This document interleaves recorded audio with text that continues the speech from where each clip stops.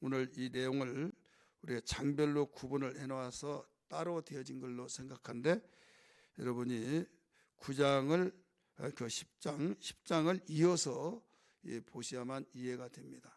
특별히 이 10장에 그 메뚜기 재앙과 흑암 재앙이 있죠. 흑암 재앙. 그 흑암이 땅에 생겨서 낮인데도 불구하고 깜깜한 이런 재앙이 임했는데, 아홉 번째 재앙, 이 아홉 번째 재앙을 중심으로 이어서 계속 11장까지 진행하고 있다, 이렇게 생각하시면 돼요. 그래야만 연결이 되고 우리가 오해를 하지 않고 이게 무슨 말이지 하면서 굉장히 혼란이 일어날 수도 있습니다. 그렇기 때문에 10장 21절부터 11장 마지막 절까지 이어졌다, 이렇게 생각을 하시면 돼요. 그리고 11장 1절에 보면 이런 말씀이 나와요. 여호와께서 모세에게 이르기를 내가 이제 한 가지 재앙을 바로와 애굽에 내린 후에야 그가 너희를 여기서 내보내리라. 그가 너희를 내보낼 때는 여기서 반드시 다 쫓아내리니.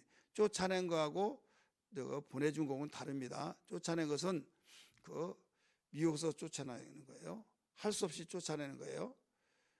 그러나 보내주는 것은 긍정적인 차원 속에서 보내주는 거죠. 놓아주는 거죠.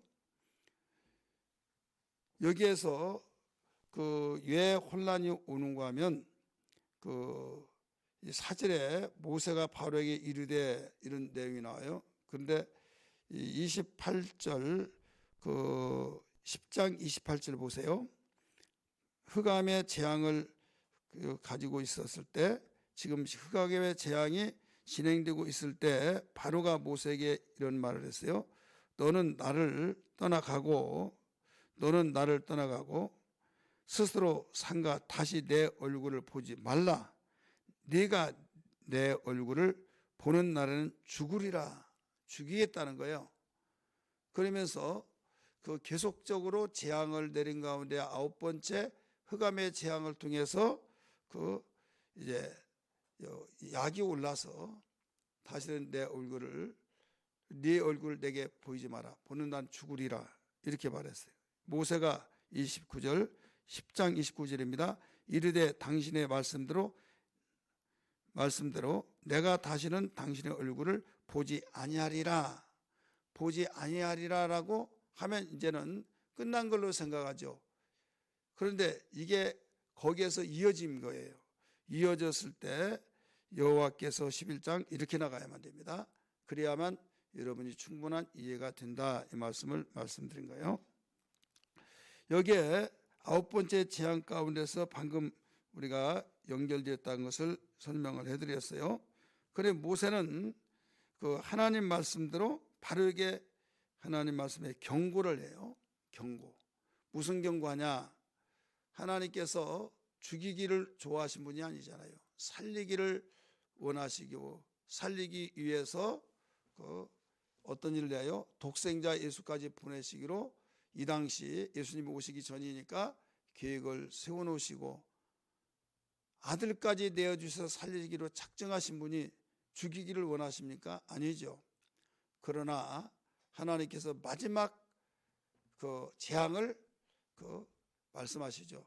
그러면서 모세에게 지금 아홉 번째 재앙 바로에게 말하고 있을 때, 바로가 너 내 앞에 얼굴 보이지 마. 보면 죽이겠어. 너는 죽는다. 이런 이야기를 하죠. 그래서 이제 보이지 않겠습니다 라고 말해요. 보이지 않겠다.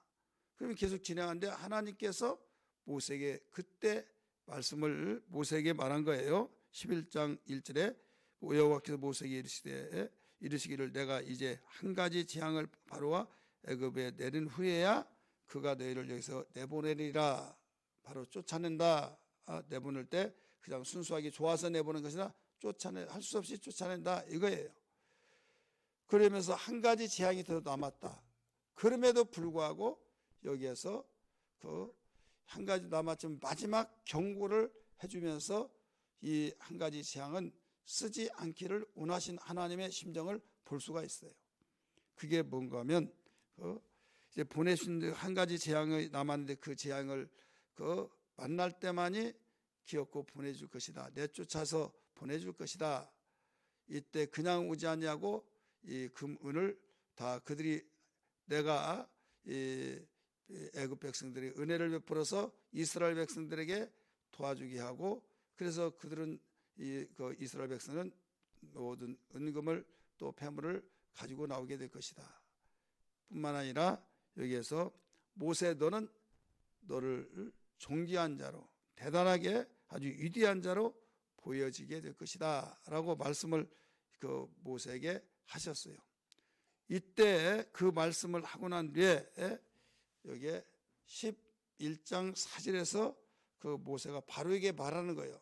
지금 아직 나오지 않았어요. 내가 네 얼굴을 다시 내게 보이지 말아라. 보는 날은 내가 너를 죽이리라. 그런 말할 때 알았습니다. 나 보이지 않겠습니다. 하면서 지금 마지막으로 말을 하는 겁니다.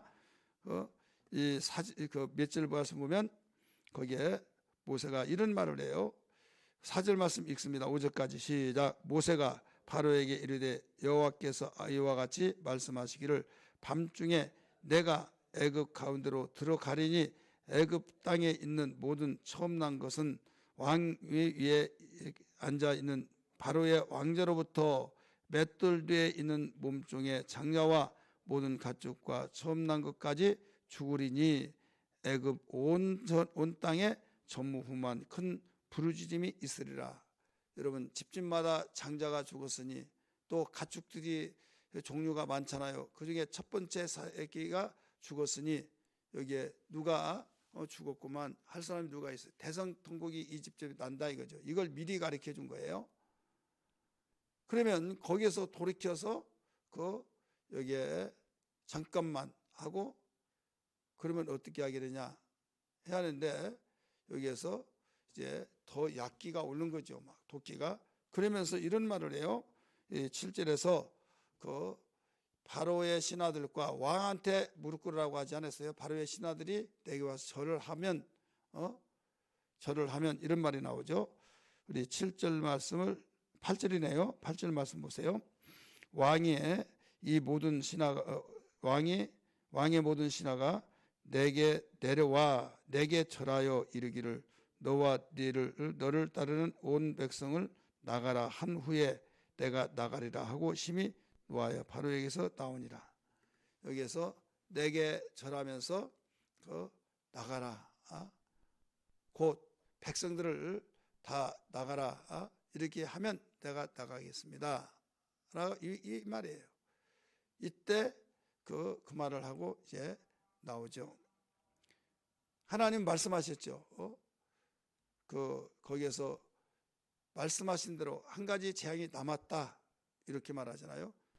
이 말을 듣고도 오늘 맨 마지막 절에 말씀 보니까 그 10절에 모세와 아론이 이 모든 기적을 바로 앞에서 행하였으나 이 기적은 지금 그 기적 행했단 말이 없는데 무슨 기적이냐 이렇게 혼돈이 될 수 있어요. 이 모든 기적이 마지막 9번째 흑암의 그 기적을 말하고 있어요. 바로의 마음을 완악하게 하셨으므로 그가 이스라엘의 모든 백성을 내보내지 않았다 이런 내용입니다. 자, 오늘 제목이 뭐예요? 마지막 경고를 무시하지 말라 이 말씀이에요. 9절을 보면 잘 알 수가 있어요. 9절 봅니다. 여호와께서 모세에게 이르시기를 바로가 너희의 말을 듣지 아니하리라. 바로가 너희의 말을 듣지 아니하리라. 바로가 말 듣지 않는다는 거예요. 하나님께서 미리 가르쳐 줬어요. 그러므로 이게 중요해요. 그럼 내가 애굽 땅에서 나의 기적을 더하리라 하셨고 한 가지 남은 것을 마저 하겠다 이 말이에요. 여기서 말을 들었으면 어떻게 될까요?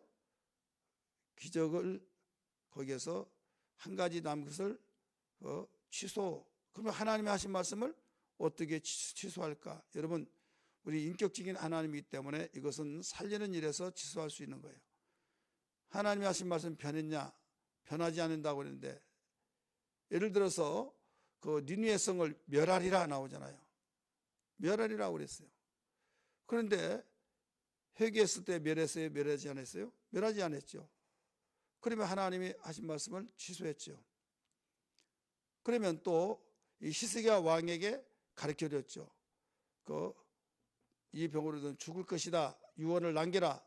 근데 눈물불에 간절히 기도했을 때 내가 그의 눈물을 보았다. 그래서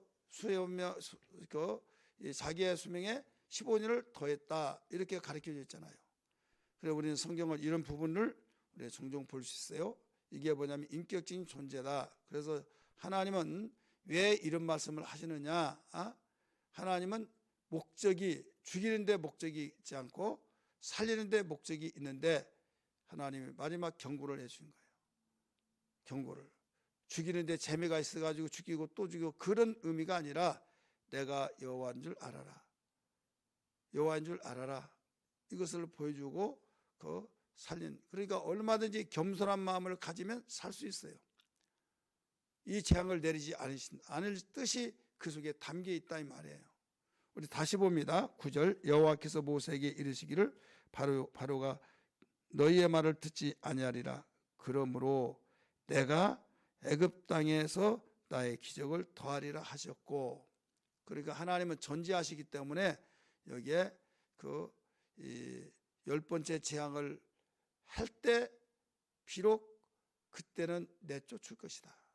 이걸 아신 거죠. 그럼 하나님의 간절한 마음은 제발 들어라. 그런데도 불구하고 듣지 않죠. 왜 듣지 않느냐? 우리 근본적인 면에서는 하나님이 완악하게 하셨고, 우리가 상황적으로 볼 때는 사람이 잘못하면요 거기에서 딱 멈춰야 하는데 내가 손털털 털다, 내가 졌다, 아니면 내가 살리기 위해서 별 수 없지 하면서 더 큰 일이 일어나기 전에 하면 마음 편한데요. 그걸 네가 이게 내가 이기냐, 너 죽고 나 죽고 한번 해볼래 하면서 죽을 줄 알면서도 끝까지 하는 거 있잖아요. 내가 망하더라도 끝까지 하는 거, 이게 뭐냐면 오기죠. 오기. 이게 교만이고 무지죠. 그래서 성경은요 3가지로 말씀을 하셨어요. 하나는 크게 나누면 둘이지만은 조금 세분화시키면 셋인데요. 하나는 명령으로 하셨어요. 명령. 이 명령은 물론 한마디로 말하면 다 명령이에요. 근데 셋으로 구분해서 제가 말씀드리고 싶은 것은, 첫째는 명령인데 이건 적극적인 명령, 소극적인 명령. 적극적인 명령은 하라 이거예요. 하라. 반드시 할 때 복을 받기 때문에 좋은 일이니까. 근데 하지 말라. 이것은 해서는 안 된다. 너 그 일을 하면 손해 본다. 너 불행한다. 불행하다. 다른 말로 말하면 너 저주받는다. 이거예요. 그래서 하라 하지 말라. 성경은 그렇게 나와요. 믿어라. 이것도 좋으니까 믿으라는 거죠. 두 번째는 무슨 말씀이 나오냐면 예언이 나와요. 예언. 예언은 앞으로 있을 일들을 향해서 하나님이 그 계획을 향해서 말하기도 하고, 또 하나는 잘한 자에게 축복을 예언을 하기도 하고, 또 잘못하고 말을 불순종하고 거부한 자에게 여기에서 불행할 것을, 또 거기에 심리대로 행하시니까 저주를, 심판을 예언을 하기도 합니다. 그래서 예언이 있어요. 세 번째는 경고의 마지막, 경고의 말씀이 있습니다. 경고의 말씀은 모든 것을 마지막, 내가 많이 참았다 이런 말씀이 많이 나오잖아요. 참고 참다가 이제는 도움은 이건 되지 않는다. 왜? 그래, 하나님이 그냥 원대로 해버리죠. 인격적인 존재로 만들기 때문에 인격을 존중하셔요. 그래서 하나님께서는 경고를 해주셔서 경고에 귀를 기울이고 들으면 좋으려는만 듣지 않으면 그대로 진행하시죠. 여러분, 일본 히로시마에 원자탄이 떨어졌을 때 그냥 미국에서 막 떨어뜨린 거 아니에요. 1945년 8월 6일 뭐라고 하는가 하면 50km 반경에 떠나시오. 여기에 원자탄을 투하한다고. 그랬더니 거기 사람들이, 듣는 사람들이 대다수가 저 미국 놈들이, 그들이 하는 말이에요. 미국 놈들이 거짓말한다. 겁주려고 한다. 안 떠났어요. 그런데 거기에서 그걸 받아들여서 떠난 자들이 있어요. 그래서 떠나라고 경고를 어떻게 했느냐, 비행기에서 삐라를 다 떨어뜨렸어요. 그래서 그걸 볼 때 이제 두 가지 반응이 나타났어요. 두 가지 반응 속에서 떠난 자들은 살았는데 떠나지 않은 사람들은 3초 만에 30만 명이 죽었다는 사실. 히로시마에 3초 만에 30만 명이 죽었다. 이렇게 기록되고 있습니다. 여러분, 하나님 사람의 경고도 그렇게 그거를 하나님의 경고는 피해나갈 수가 없어요. 오늘 시간에 기도할 때 하나님 나에게 축복을 위해서 명령하셨고 내가 그릇 잘못되었을 때 우리에게 정말 돌이켜서 하나님이 기회를 주시느니라고 경고하셨을 때 경고도 무시하지 않고 주님 바로 주 앞에 무릎 꿇고 얘기하고 주 앞에 바로 살게 도와주옵소서. 이것이 하나님이 우리에게 주시는 마지막 선물 마지막 기회인 걸 믿습니다 하면서 오늘 기도하는 아침 되기를 주의 이름으로 축원합니다.